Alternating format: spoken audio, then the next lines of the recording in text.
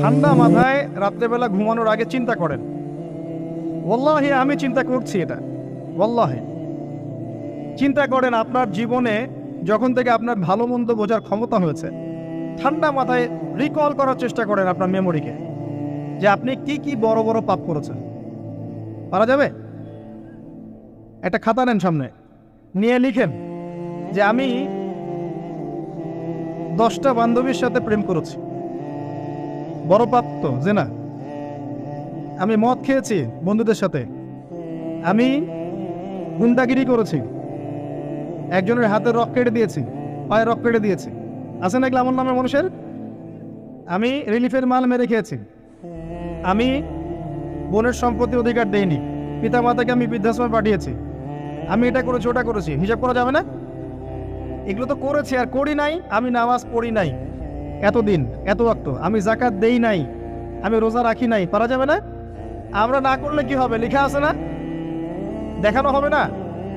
সে ব্যক্তি বুদ্ধিমান যে নিজের হিসাব নিজে নিয়ে নিল দুনিয়ায়। এই জায়গায় আসেন, নিজের হিসাব নিজে নিয়ে নেন দুনিয়ায়। এবার আপনি দেখবেন যে আপনার আমার পাপগুলো দুই ভাগে বিভক্ত। একটা হচ্ছে আল্লাহর সাথে জড়িত, আর একটা মানুষের সাথে জড়িত। আল্লাহর সাথে যেগুলো জড়িত, ইনশাআল্লাহ 2 রাকাত নামাজ, অনলি 2 রাকাত নামাজ, ওযু করে এসে মুখলেস ভাবে আদায় করে চোখের পানি ফেলে দিয়ে শেষ রাতে আল্লাহকে বলা, আল্লাহ আমি এই পাপ করেছি, আল্লাহ আমাকে মাফ করুন। আল্লাহ রাব্বুল আলামিনের জন্য এটা মুহূর্তের ব্যাপার, আপনার সমস্ত পাপকে আল্লাহ পাক নেকি দিয়ে পরিবর্তন করে দিবেন ইনশাআল্লাহ। সূরা ফুরকানের শেষের দিকে আছে, ইল্লা মান তাবা ওয়া আমানা ওয়া আমিলা আমালান সালিহান ফাউলাইকা ইউবাদদিলুল্লাহু সাইয়্যাতিহিম হাসানাত। যারা তওবা করবে, ঈমান নিয়ে আসবে এবং আমলে সালেহ করবে, আমি আল্লাহ তাদের সমস্ত গুনাহগুলোকে নেকি দিয়ে পরিবর্তন করে দিব ইনশাআল্লাহ। আর এক শ্রেণীর পাপ পাবেন, সেটা হলো বান্দার সাথে জড়িত। এটা আল্লাহর কাছে মাফ চেয়ে লাভ নাই। আমাকে এসে বলতে হবে, ভাই আপনাকে গালি দিয়েছি, মাফ করে দেন। আমার আপনার কাছে গিয়ে বলতে হবে, ভাই আপনার গীবত করেছি, আমাকে মাফ করে দেন। আপনি আরেক ভাইয়ের কাছে গিয়ে বলবেন, ভাই আপনার টাকা আমি মেরে খেয়েছিলাম, টাকা নেন, শোধ করে নেন। প্রতিবেশীকে বলতে হবে, ভাই জমি নিয়ে নেন, জমি আমি মেরে খেয়েছিলাম। জনগণের সামনে এসে বলতে হবে, এই যে চালের বস্তা তোমাদের ছিল, আমি মেরে খেয়েছি, নিয়ে নাও। এত সহজ না। না হলে এগুলো কিয়ামতের মাঠে জমা থাকবে এবং পুলসিরাতে তারা দাঁড়িয়ে থাকবে। যখন আপনি আমি অনেক নেকি নিয়ে উঠবো, আল্লাহ পাক বলবেন, নেকি দিয়ে দাও। কেন দিব? কারণ অমুককে গালি দিয়েছো, অমুকের টাকা নিয়েছো, ফেরত দাওনি, অমুকের কাছ থেকে অমুককে অপবাদ দিয়েছো, অমুকের সম্পত্তি মেরে খেয়েছো, অমুকের জমি মেরে খেয়েছো, ইত্যাদি ইত্যাদি। এখন তোমার নেকি দিয়ে ওদেরকে শোধ করো। তোমার আমল নামা থেকে নেকি সব চলে যাবে, আর ওর আমল নামা থেকে গুনাহ আপনার আমল নামায় চলে আসবে। বলেন নাউযুবিল্লাহ। আল্লাহ পাক পরকালে আমাদেরকে যেন বান্দার সাথে জড়িত হক নিয়ে না ওঠান, আমিন। একটা দোয়া করতে পারেন, আল্লাহুম্মা কফিনি বিহালালিকা আন হারামিক ওয়া আগনিনি বিফদলিকা আম্মান সিওয়াক। আশা করা যায় আল্লাহ পাক আপনার দুনিয়ার ঋণ দুনিয়ায় শোধ করে দিবেন ইনশাআল্লাহ। কি দোয়া বললাম? আল্লাহুম্মা কফিনি বিহালালিকা আন হারামিক ওয়া আগনিনি বিফদলিকা আম্মান সিওয়াক। হিসনুল মুসলিম বইটা পড়েন, পাবেন ইনশাআল্লাহ। তো যেটা বলছিলাম প্রিয় ভাইয়েরা, সামনে সিজন আছে, আমল নামা হিসেব করে নেন, রমাদান মাসটাকে কাজে লাগান। নবী সাল্লাল্লাহু আলাইহি ওয়াসাল্লাম বলেছেন, সেই ব্যক্তির জন্য ধ্বংস যে রমজান মাসকে পেল, রমজানকে পেয়েও তার গুনাহ মাফ করাতে পারল না। নবীর নাম শুনে আমরা কেউ দরুদ পড়লাম না।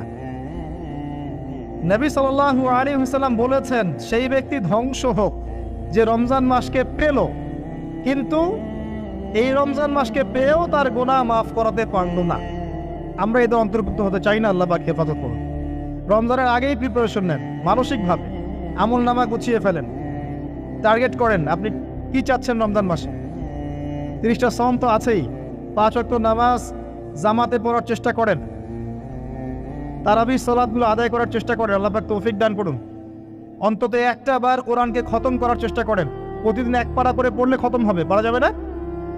যারা পড়তে জানি না, এখনই পড়া শিখে নেন। 1 মাস আছে, পড়া শিখে নেন।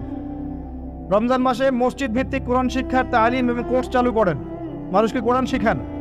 5 ওয়াক্ত নামাজের পরে দারসে হাদিস চালু করেন, মানুষকে হাদিস শেখান। মহিলাদের জন্য, মা বোনদের জন্য কোরআন শিক্ষার ব্যবস্থা করেন, ওদেরকে বাসায় শেখান। রমজান মাসে বাজারে বেশি যাবেন না, বেশি আড্ডাবাজি করতে বসবেন না, 3-4 জন মিলে এক জায়গায় আড্ডা মারতে বসবেন না, দিনই আলোচনা ছাড়া। বসলেই গীবত হবে, রোজা নষ্ট হয়ে যাবে। মানুষের সাথে কম মিশেন রমজান মাসে। যত বেশি মানুষের সাথে মিশবেন তত বেশি গীবত তহমত করতে হবে, তত বেশি অন্যের সমালোচনা লিখতে হবেন। আলাইকুম আনফুসাকুম ভুলে যাবেন, মানুষকে নিয়ে ব্যস্ত হয়ে থাকবেন এবং অন্তরের নূর নষ্ট হয়ে যাবে, মানুষের সাথে জড়িত পাপ কাঁধে চলে আসবে। কম মিশেন আল্লাহর ওয়াস্তে, রমজান মাসে কম মিশেন, কম বাজারে যান, বাজারে যায়েন না, গেলে দ্রুত চলে আসেন। যদি প্রয়োজনে যেতেই হয় দ্রুত চলে আসেন। চেষ্টা করেন মাসের বাজার আগেই করে রাখতে, ঈদের বাজার আগেই করে রাখতে। এই শেষের দশক স্পেশালি লাইলাতুল কদর যেখানে থাকে, এই দশক মানুষ বাজারে কাটায়। বাঙালি মুসলিম এই দশকটা বাজারে কাটায়, ইল্লা মাশা আল্লাহ। আর মা বোনদের তো খবর নাই, এরা তো মার্কেটেই বেশি ঘুরে বেড়াবে দেখবেন। আর এত বেশি ইফতারের আইটেম করতে যায় না যে এই খাওয়ার পিছনেই আপনার সময় চলে যায়। যদি সারাদিন রোজা রাখার পরে 10টা আইটেম নিয়ে বসে ইফতার করতে, আসলে রোজা আমাকে আত্মশুদ্ধি শেখাইল না।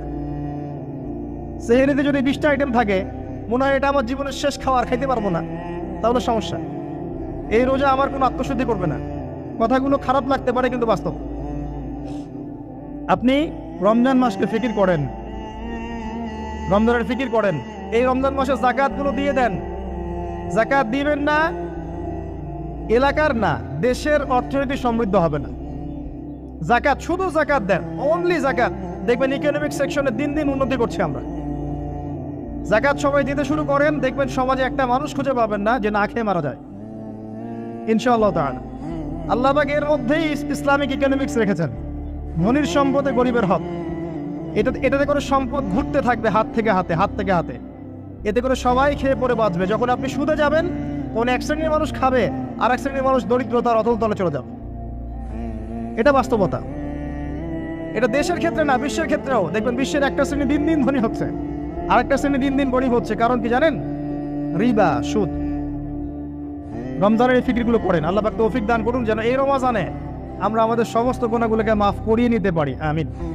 এবং বেশি বেশি সামর্থ্য থাকলে দিনের দাওয়াতি কাজ করেন রমজান মাসে, মানুষকে আল্লাহর দিকে ডাকেন। আইওয়াশ করতে যায় না, শোডাউন করেন না, ভিতরে ভিতরে দাওয়াতি কাজ করেন দিনের জন্য, ইসলামের জন্য। আল্লাহর জমিন, আল্লাহর দিনটা যেন প্রতিষ্ঠিত হয়। এবং এতিমের ভরণ পোষণের দায়িত্ব নেন, বিধবার খোঁজ খবর নেন, অসহায় যারা বৃদ্ধ বৃদ্ধা আছে এদের পাশে দাঁড়ান, সাদাকাতুল ফিতরগুলো দিয়ে দেন। রমজান মাসে সবাই সাম্যের হাত বাড়ান, আল্লাহর ওয়াস্তে রমজানটাকে কাজে লাগান। কে জানে এরপরে রমজান নাও পেতে পারেন। আর বিশ্বে যা শুরু হয়েছে, কোন দিন যে বিশ্ব পারমাণবিক বোমার মধ্যে চলে যায় আল্লাহ ভালো জানেন, আল্লাহ ভালো জানেন। এটা সম্ভাবনা নাই এমন নয়, সমূহ সম্ভাবনা আছে, সমূহ সম্ভাবনা। দেখতে থাকেন কি হতে থাকে ফিউচার।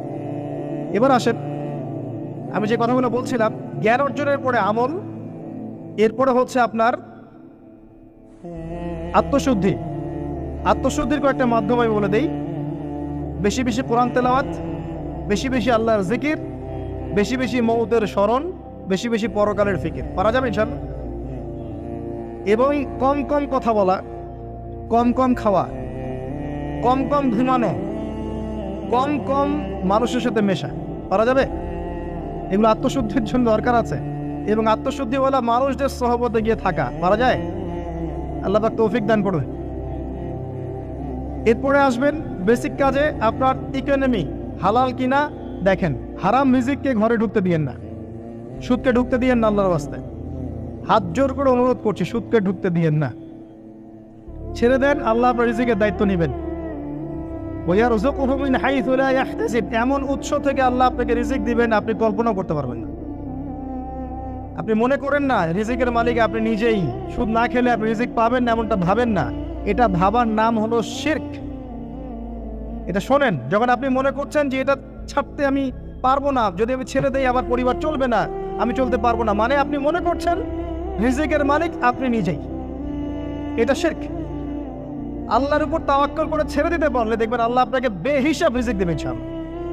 এটা আপনি কল্পনা করতে পারবেন না। মিন হাইসু লা ইয়াহতাসিব, আপনার কল্পনার বাহির থেকে আল্লাহ আপনার রিজিক দিবেন ইনশাআল্লাহ। আপনি কল্পনা করতে পারলে আয়াতটা ঠিক হবে না, আপনার কল্পনার বাহির থেকে রিজিক আসবে ইনশাআল্লাহ। এবং এটা হচ্ছে দিন দিন বহু মানুষ সুদ ছেড়ে দিচ্ছে আলহামদুলিল্লাহ, এবং হালাল ব্যবসা করছে, হালাল কিছু করার চেষ্টা করছে। আল্লাহ পাক ওদেরকে না খাইয়ে রাখেন নাই, বরং সুদ খোরদের চেয়ে ভালো রেখেছেন আলহামদুলিল্লাহ। চেষ্টা করেন এরপরে বেসিক পরিবারের আদর্শ ঠিক করার জন্য। পরিবারে কালিমা থাকবে, কি থাকবে? লা ইলাহা ইল্লাল্লাহ, তাওহীদ থাকবে। পরিবারের সুন্নত থাকবে, পরিবারে তালিম থাকবে, পরিবারের মধ্যে পর্দা থাকবে। এবং এগুলো বাস্তবায়নের চেষ্টা আমরা করব। যদি এরপরে পরিবারবর্গ না শোনে, আপনি আসহাবুল কাহফ হয়ে যান। কথা বোঝা যায়? যদি বলতে বলতে বুঝাতে বুঝাতে দাওয়াত দিতে দিতে আপনি ক্লান্ত হয়ে যান, কিছুতেই মানুষ আপনার পরিবারবর্গ কথা না শোনে, সেপারেট পরিবার গঠন করে, আলাদা পরিবার করুন, একা থাকেন, সুসম্পর্ক বজায় রাখেন, যার যার হক তাকে তাকে দিয়ে দেন, কিন্তু আপনি আলাদা পরিবার গঠন করেন, নিজে একা থাকেন। আমরা অনেকে মনে করি যে আলাদা হয়ে যাওয়াটা খারাপ। আত্মীয়তার সম্পর্ক বজায় রেখে আলাদা ইসলামিক পরিবার গড়া সুন্নত। কথা কি বুঝাতে পারছি না? আত্মীয়তার সম্পর্ক বজায় থাকবে, যার যার হক তাকে তাকে আপনি দিবেন, দিয়ে আপনি স্বতন্ত্র আদর্শ ইসলামিক পরিবার গড়বেন, এটা সুন্নত। কারণ একটা বড় পরিবার যেখানে আপনি দিন পালন করতে পারছেন না, পর্দা নাই, হালাল রিজিক নাই, আপনার আত্মনির্ভরশীলতা নাই, আপনার মতামতের কোনো মূল্য নাই, ইসলাম আপনি পালন করতে চান, বাধা দেওয়া হয়, আপনি আলাদা হয়ে যান, আলাদা স্বতন্ত্র পরিবার গঠন করেন দিনের জন্য, এবং আদর্শ স্ত্রীকে বিয়ে করেন, আদর্শ সন্তান মানুষ করেন। দেখবেন আগামীতে ইনশাল্লাহ পরিবারটা ভালো ফলাফল বয়ে আনবে ইনশাআল্লাহ। কিছু করার নাই, ইসলামের জন্য আমাকে স্বার্থপর হতে হবে। ইসলামের জন্য স্বার্থপরতার সুযোগ আছে। যখন দাওয়াত দিতে দিতে বোঝাতে বোঝাতে মানুষ একবারে ক্লান্ত হয়ে যায়, তখন নূহ আলাইহিস সালাম পর্যন্ত বলেছেন, রব্বি আন্নী মাগলুবুন ফান্তাসির, আল্লাহ আমি পরাজিত হয়ে গেছি, আমাকে সাহায্য করো। আল্লাহ পাক প্লাবন নামিয়ে দিয়ে সবাইকে ধ্বংস করে দিয়েছে। লূত আলাইহিস সালাম শেষমেশ তার স্ত্রীকে ছেড়ে চলে গেলেন। নূহ আলাইহিস সালাম তার সন্তানকে রেখে চলে গেলেন। মুহাম্মদ সাল্লাল্লাহু আলাইহি ওয়াসাল্লাম তার চাচাদেরকে রেখেই চলে গেলেন মদিনায়, হিজরত করলেন। চাচার ইসলাম কবুল করলো না। আবু লাহাব করেছে? করে নাই। ইভেন আবু তালেব, যিনি দীর্ঘদিন নবী সাল্লাল্লাহু আলাইহি ওয়াসাল্লামকে সাপোর্ট দিয়েছেন, সর্বশেষে গিয়ে কালিমা পড়তে বলেছেন নবী সাল্লাল্লাহু আলাইহি ওয়াসাল্লাম, তিনি কালিমা পড়েন নাই, বলেছেন আমি আব্দুল মুত্তালিবের ধর্মের উপরেই থাকলাম। কি হলো তাহলে? ইচ্ছা করে কাউকে হেদায়েত দেয়া যায়? আল্লাহর পক্ষ থেকে হেদায়েত আসে। আসহাবুল কাহফ সমাজে টিকতে পারলেন না, গুহায় চলে গেলেন। আল্লাহ পাক 309 বছর ঘুম পাড়িয়ে রাখলেন, আবার জীবিত করলেন। তারা কি জান্নাতি নন? ইব্রাহিম আলাইহিস সালাম বাবাকে এত নসিহত করলেন, বাবা বলল বের হ বাসা থেকে, না হলে মাথা ফাটিয়ে দেবো রজম করে। উনি চলে গেলেন, সাথে একজন তার স্ত্রী সারাহ আলাইহিস সালাম, তাকে নিয়ে চলে গেলেন প্যালেস্টাইন। প্যালেস্টাইনের নাম শুনেছেন? কোথায়? শেষ জামানার সবচেয়ে ইম্পর্টেন্ট জায়গা প্যালেস্টাইন। মনে রাখবেন, শেষ জামানায় যত কিছু ঘটছে এর কেন্দ্র হচ্ছে ফিলিস্তিন এবং জেরুজালেম। ওই জায়গাটার জন্য এত কিছু, বিশ্বে যা কিছু দেখছেন ওই জায়গার জন্য এত কিছু। কিছু মানুষ চায় ওখান থেকে বিশ্ব শাসন করতে, এবং তারা সেটা করবে।